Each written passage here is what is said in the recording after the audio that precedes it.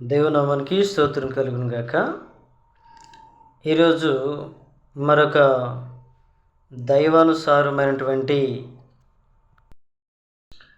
ఉపమానమును మనం విందాం. దేవులారా, ఇద్దరు బికారులు రోడ్డు మీద వెళ్తున్నారట. వాళ్ళకి ఇల్లు వాకిలు లేవు, పని బాట లేదు.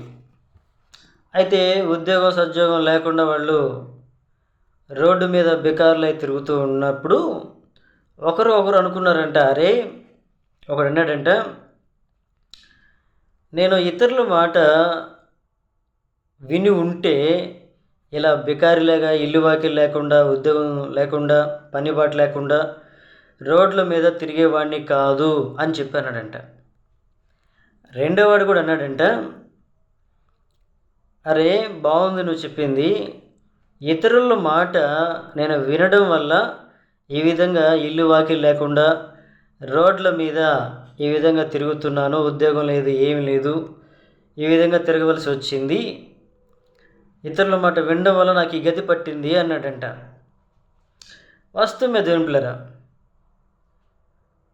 ప్రతి జాతిలో లేకపోతే ప్రతి ఏరియాలో కూడా మనుషులు అందరూ మంచి వాళ్ళు ఉంటారనేది నో గ్యారంటీ. కొందరు మనుషులు మంచివారు ఉంటారు, కొందరు మనుషులు చెడ్డవారు కూడా ఉంటారు. మనుషులు ఏది చెప్పినా ఆలోచించే శక్తి, ఆ జ్ఞానం మనకు ఉండాలి. అతను మంచి చెప్తున్నాడా లేకపోతే చెడు చెప్తున్నాడా అని చెప్పేసి ఆలోచన చేసే జ్ఞానం మనకు లేకపోతే మనం వెర్రివరమే కదా. అవును నా దేవుని పిల్లరా, విచక్షణ జ్ఞానాన్ని దేవుడు అందరికీ ఇస్తాడు.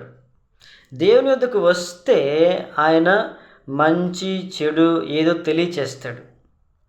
ఏమి చేయాలో ఏమి చేయకూడదో, ఏం వినాలో ఏం వినకూడదో అన్నీ దేవుడు మనకు చెప్తాడు, తెలియచేస్తాడు. కనుక ఈ ఇద్దరు మాటలు బాగున్నాయి కదా. ఒకడేమో వినడం వలన చెడిపోయాడంట, ఒకడు వినకపోవడం వలన చెడిపోయాడట. సో నా దేవునిరా, ఈ విషయంలో మనం గమనించాల్సింది ఏంటంటే, ఏ వ్యక్తి అయితే మంచి చెప్తాడో ఆ మంచిని మాత్రమే మనం వినాలి, గ్రహించాలి. ఆ ప్రకారం మనం నడిస్తే మంచిది. చెడు చెప్తారు చాలామంది, ఆ చెడు మాత్రం వినొద్దు, ఆ ప్రకారం జీవించకూడదు. అలా జీవిస్తే మనం నాశనాన్ని కొని తెచ్చుకుంటాం, లేకపోతే మన జీవితాలు నాశనం అయిపోతాయి. కాబట్టి ఇప్పుడు సహోదరి సహోదరులరా, మనం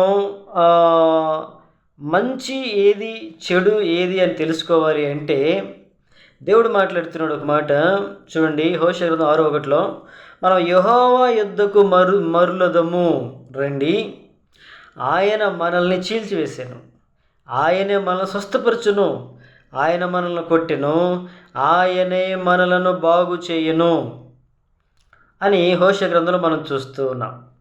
ప్రియదేవులారా, దేవుని యొద్దకు వస్తే ఆయన మనకు తెలియచేస్తాడు ఏమి చేయాలో ఏమి చేయకూడదో, ఏది మంచో ఏది చెడో, ప్రజలు ఏ మంచి చెప్తున్నారు ఏది చెడు చెప్తున్నారు, మనం ఏది పాటించాలి ఏది పాటించకూడదు, ఇవన్నీ కూడా దేవుడు తెలియచేస్తాడు.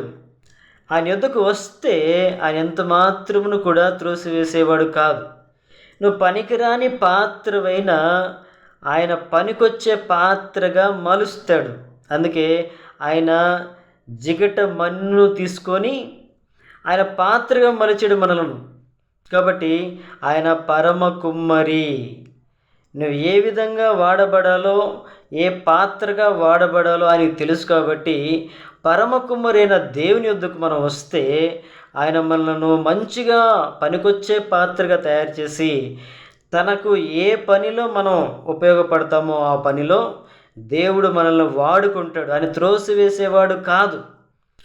నా యొద్దకు రండి, నేను ఎంత మాత్రం మిమ్మల్ని త్రోసివేయను అని సెలవిస్తున్న దేవుడు మనల్ని ఏదో విధంగా మనల్ని వాడుకోవడానికి ఆయన సిద్ధంగా ఉన్నాడు. మనం ఏం చేయాలి? చెడుని ప్రక్కన పెట్టేయాలి. చెడు చెప్పేవాళ్ళు చాలా చెప్తారు, తాగమని ప్రేరేపిస్తారు, గుట్కాలు అవి ఇవి, ఇది ఇట్లా ఉంటుంది అట్లా ఉంటుంది రకరకాలుగా. అవన్నీ చెడు కార్యాలు, చెడు కార్యాలకు మన హృదయంలో బీజం వేస్తే, లేక పుటము లేక పునాది వేస్తే పెరిగి పెద్ద అవుతుంది అది. లేక ఆ పుటము లేకపోతే ఆ పునాది మీద కట్టబడితే నువ్వు చెడు మీద కట్టబడుతున్నాడు, నీ లైఫ్ అంతా చెడిపోతూనే ఉంటుంది. కాబట్టి నీ పునాది క్రీస్తు యేసును బండ మీద ఉండాలి. అలా ఉంటే నువ్వు మంచి ఇల్లుగా కట్టబడతావు. ఆ ఇంట్లో దేవుడు ఉంటాడు. దేవుడు మిమ్మల్ని దీవించి ఆశీర్వదించునుగాక. Praise the lord.